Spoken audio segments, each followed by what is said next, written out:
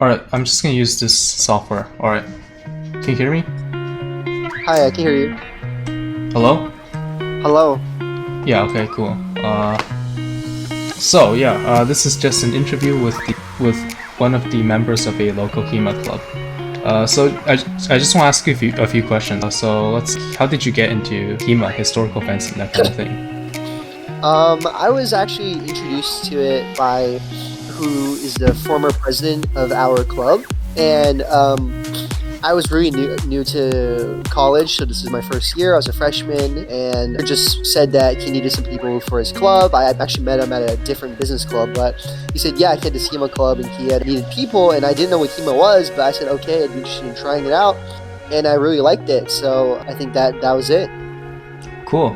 So, just curious, have you had any like martial arts experience, like I don't know, fencing, archery, kendo, anything like Yeah, that? I did. I think like 12 years of competitive archery on the national circuit, but it's not like super like connected to HEMA, just like I guess tangentially, but I guess it's kind of relatable in a way. I also did swimming if that counts. Swimming is not a martial art. I mean, you can swim to get closer to them to do martial arts. Yeah, I think there was a historical account of Richard Lionheart swimming in full I think armor. I've heard of that. Right. Yes. I've heard of that. Yeah, so competitive archery, that's like the Olympic style, right? Yes, correct. Nice. So how would you describe HEMA or historical fencing, what the club does? How would I describe what our club does? So we meet like once a week, or we try to. I mean, sometimes it's just not really feasible, but what we do is we have about 2-hour sessions, and it's at a room in one of the gyms. So we'll usually start with like some warm-ups and maybe a little bit of like instruction, usually from one of the more I guess like knowledgeable members, although keep in mind that none of us are super knowledgeable. We're kind of like all like in the same boat of learning together.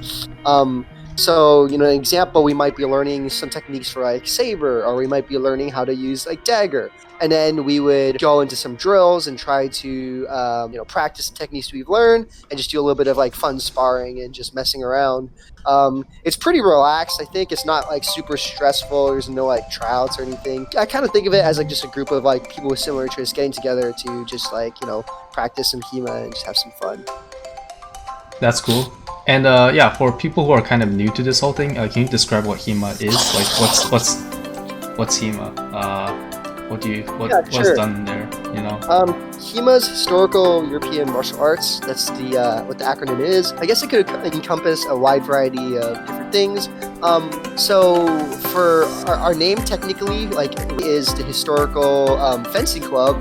And when we say that, people usually kind of confuse us with like, say, modern day sport fencing, where they wear, those sleek suits, the masks, and they have the skinny foils, and they kind of are in those narrow strips and like fencing each other. We're a little bit different. You can probably think of us as a more traditional sense of, where we have a wider variety of weapons. We have, big long swords, we got shields, Polish sabers.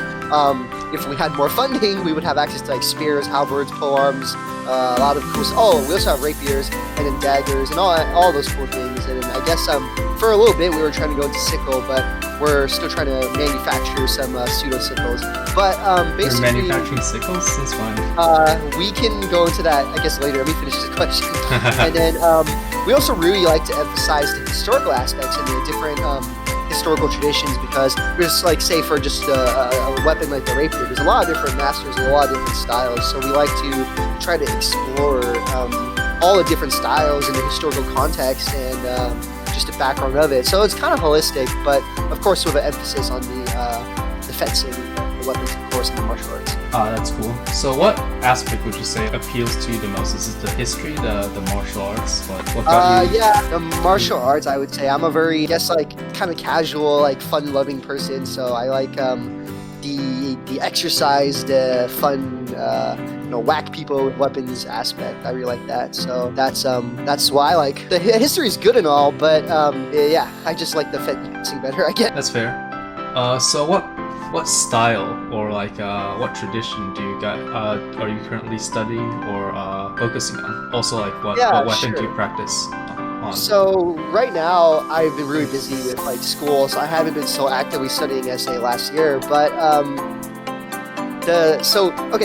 different weapons have like different kind of traditions that you might study on. Say like a master of the longsword might not have made a very elaborate system on how to use like the dagger or something. So you might have different masters for each. But anyways, so I guess my primary weapon, or the one that I've studied the most and I first studied, was the longsword. And so our first president taught us. I think he taught us Meyer. But I studied Mayor on my or own. mayor, like Meyer or Mair? Meyer, I believe. Oh, okay, cool. And then He so did I Fiore. studied. Oh, he also taught us a little bit of Fiore. So yeah. We borrowed from a lot of different, or we studied a little bit of a lot of different kind of masters to kind of get a better, understanding of everything. But I personally studied a lot of Lichtenauer, so that was pretty cool. In terms of Polish saber, I just followed kind of what taught us. I didn't study too much on my own for that. And for rapier, I tend to use a little bit of Gigante or Capoferro. Just a lot of the stances that are like kind of more weight towards the back. I know Rich likes Fabris, but I haven't really like studied too much Fabris. But if I had to do another one, it would probably be Fabris. Okay. So how would you distinguish this from like other martial arts? Because clearly, like the more common martial arts are like Eastern stuff, like wushu and what do you call it, kendo and stuff like that. How does it Compared to them, I guess. compare to them? I mean, just like you said, I guess in terms of sheer numbers, it's a little bit different, right? So say like a lot of my friends did like karate or judo. I mean, that's definitely hugely popular, especially with respect to HEMA, which is a little bit, I guess, less popular. So that's definitely one thing. I think it's going to be less mainstream when I talk to people. They won't exactly know exactly what I'm talking about. So I need to spend a little bit of time describing what I do. But I mean, other than that, I don't think it's too difficult from any other sports community, because I did archery, which is also, I guess, a relatively less popular sport. I mean, it's kind of in the same, like the people who actually do it end up being really dedicated to it. And you can find a great community of people who really enjoy the same thing. Although, of course, it is a little bit more difficult to find the people. But I mean, if you try hard, if you go to different sources, especially like the internet is a great way to communicate and connect with people with similar interests, you can definitely find them, I feel like. Okay, and so would you suggest any good internet online resources for either accessing the sources, discussing with people about various interpretations, stuff like that? I'd say I'm not like terribly familiar with all that, but if you are looking to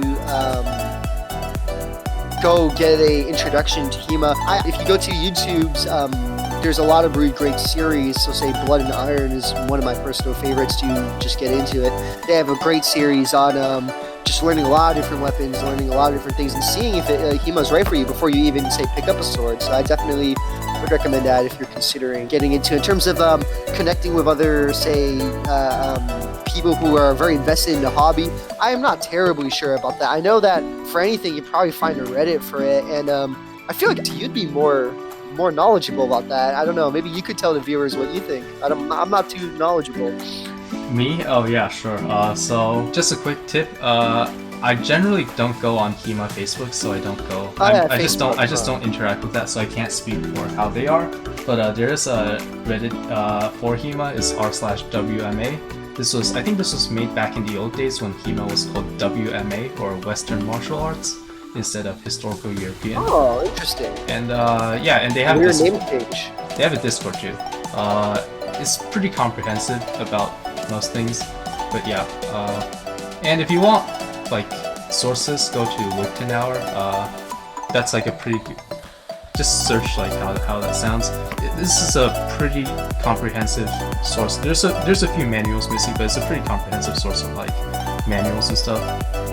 So yeah. And would you say, just curious, would you say there's any sort of fitness requirement for this? Like to become to do this, do you need to be like a pretty fit person? So, not terribly. So, I don't mean to throw anyone out there, but I'm sure he doesn't mind. Like our previous president, he's like tall and he's like pretty skinny. I'm not saying he's not fit. He's definitely like, in relatively good shape, but he wouldn't be like, say, like a huge guy, but he could definitely like, say, defeat all of us and prove a really formidable challenge to fight just by his sheer skill and his sheer experience with using all different types of weapons, with mastering all the little tricks and tips on how to leverage his advantages and put us in disadvantageous positions. But with that said, I mean, I think that having a strong physical fitness does definitely help. So, for example, when I first started HEMA, I picked up the longsword, and it was kind of heavy and unwieldy for me, and like sort of difficult to use. I felt like a little bit sluggish. After a little bit of fighting, I was kind of worn out. And ever since I started HEMA, I was like, oh, I really want to get stronger and get better at HEMA. So I started going to the gym like every day, every other day, and that was about like over a year ago. And right now, after a whole year of going to the gym, I see like a lot of progress. I guess like regular gym goers will see progress in their bodies, and but what I saw was very explicit in my HEMA abilities. When I picked up my sword, the longsword, it felt a lot lighter. It felt like the weight of a saber, which was the lighter sword. Like when I first used a saber, and nowadays when I use a longsword, they feel like approximately the same weight. It's like the longsword just feels much lighter to me now, and it's so much easier for me to swing it around and keep fighting on end without getting tired. So definitely, I'm not discounting the importance of say athleticism or physical fitness, but definitely I would say that it's not too much of a big barrier that you have to be super fit to get into. Like, say, swimming is definitely, to some butterfly, you need to be a certain level of fitness just to get that power to swim. But I think HEMA's not too difficult to get into, even if you may not be the most fit. Okay, thank you. And let's see, any other questions?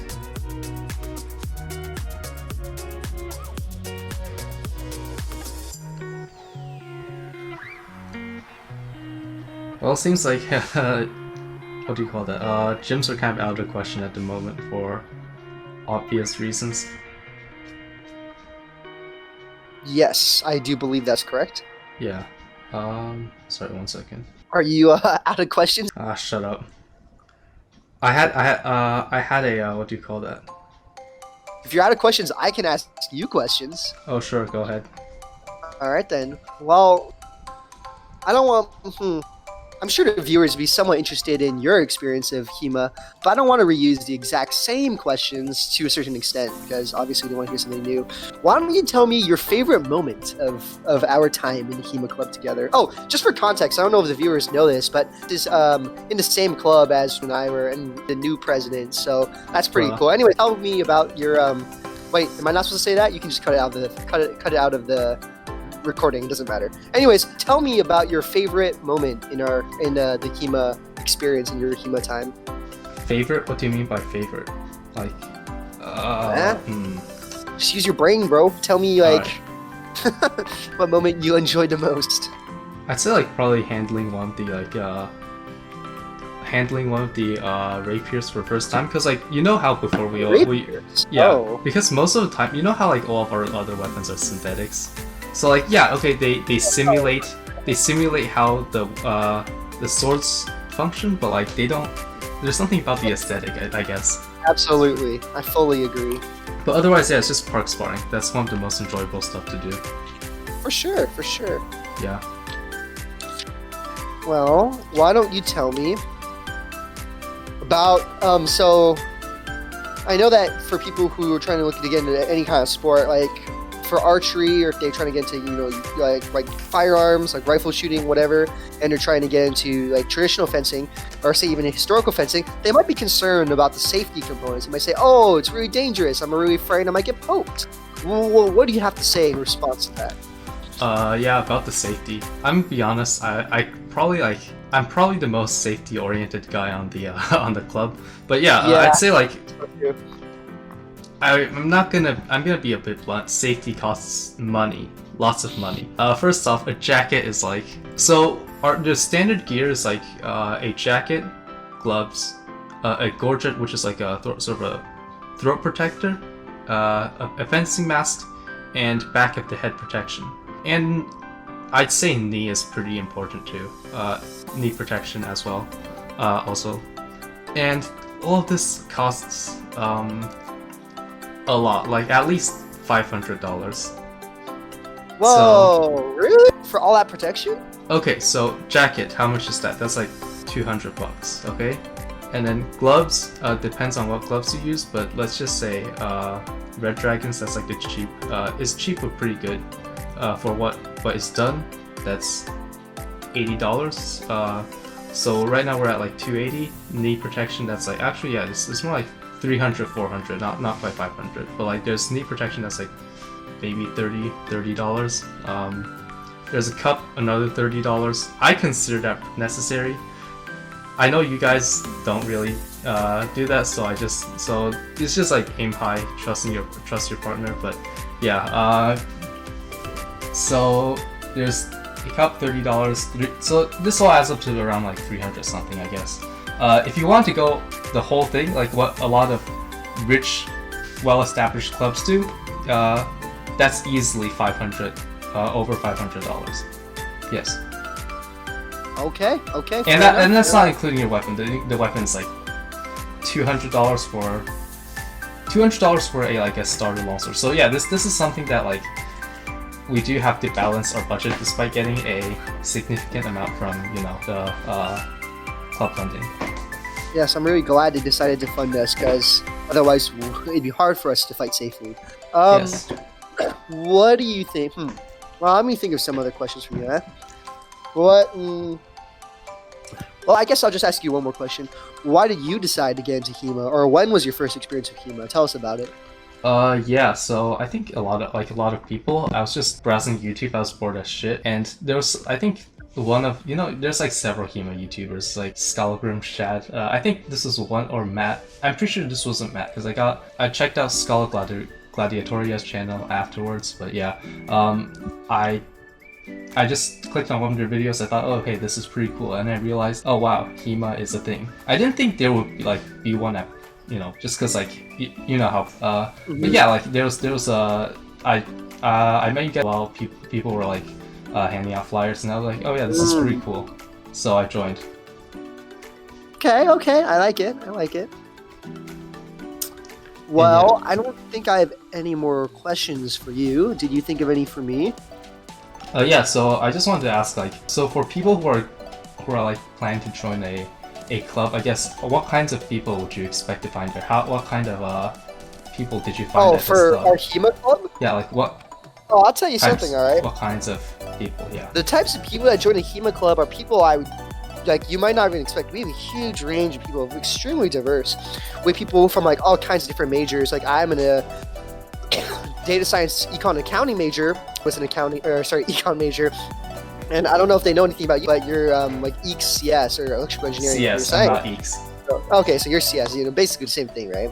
So you guys all love computers. But anyways, and then CS is just shitty EECS though. Like, all right, let's come down there. All right. Besides us, I mean, I've met people who are like, like folklore, English majors, like acting majors, people from all kinds of different places, and people who are extremely, extremely different, like not even just like demographically or like people with different interests, but just so many, a variety of different people. Like people will come, they'll bring their friends, they'll bring like their girlfriends, boyfriends, whatever, to go check out our clubs, and it's just a huge variety of people. I mean, the people you see at our HEMA club would be people you might not even expect, including people you would expect. So it's just, there is no type of person I would expect to see, because every person that comes is like just a random person, like from the street, It's just completely random. No idea, because HEMA's for everybody, and I think that's what happens. Is like people you expect to come might not show up, and people you don't expect to come will show up. So no expectations here,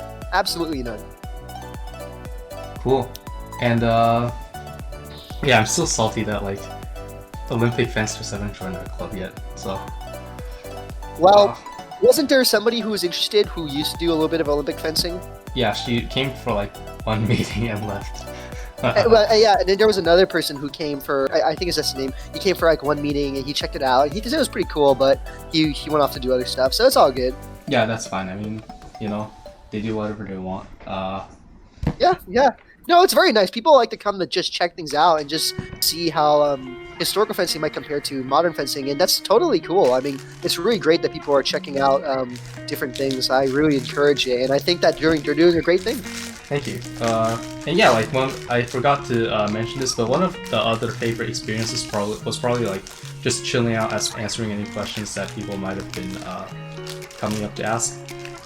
I think you just like brandishing the longsword in public. No. Being a great hero of the people.